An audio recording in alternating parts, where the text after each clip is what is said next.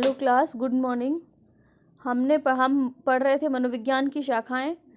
उसमें हम पढ़ते हैं औद्योगिक संगठन मनोविज्ञान। तो औद्योगिक या संगठनात्मक मनोविज्ञान कार्यस्थल व्यवहार का अध्ययन करता है तथा कार्मिक एवं उन्हें नियुक्त करने वाले संगठनों पर विशेष ध्यान देता है।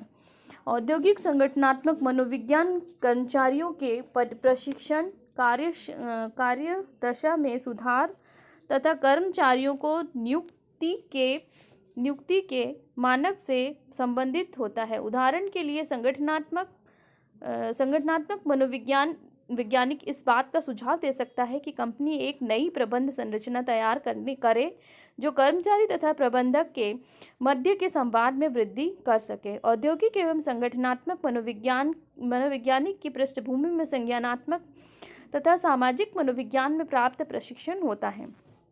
शैक्षिक मनोविज्ञान इस बात का अध्ययन करता है कि विभिन्न आयु वर्ग के लोग कैसे सीखते हैं। शैक्षिक मनोविज्ञानिक मूलतः शैक्षिक और कार्यदशा दोनों में लोग निर्देशात्मक विधियों एवं सामग्रियों के उपयोग से कैसे प्रशिक्षित किए जाते हैं से संबंधित होते हैं। वे शिक्षा, उपबोधन और अधिगम की समस्याओं के लिए सार्थक पक्षों के अनुसंधानों से भी संबंधित होते हैं। एक संबंधित क्षेत्र यानी विद्यालय मनोविज्ञान स्कूल साइकोलॉजी यानी बच्चों के बौद्धिक, सामाजिक, सांवेगिक विकास के कार्यक्रमों को तैयार करने में ध्यान देता है, जिसमें विशेष आवश्यकता वाले बच्चों की सम्मिलित होते हैं। वे मनोविज्ञान के ज्ञान का स्कूल परिवेश में अनुप्रयोग करते हैं। तो शैक्षिक जो मनोविज्ञान है वो बच्चों के विकास से संबंधित है कि उनका विकास ठीक प्रकार से हो रहा है या नहीं हो रहा है। और कुछ ऐसे बच्चे होते हैं जो विशेष आवश्यकता वाले होते हैं, किसी न किसी रूप से वो शारीरिक रूप से अक्षम होते हैं, तो उनका अध्ययन भी मनोविज्ञान करता है।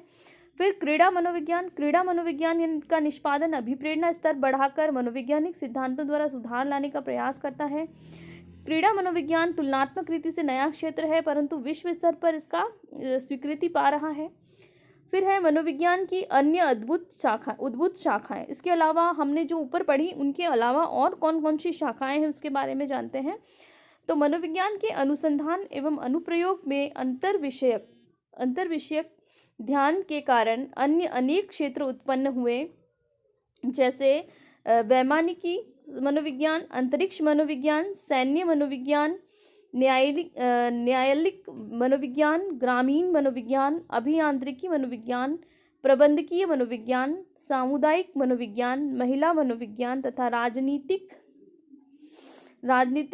अनुसंधान, राजनीतिक मनोविज्ञान।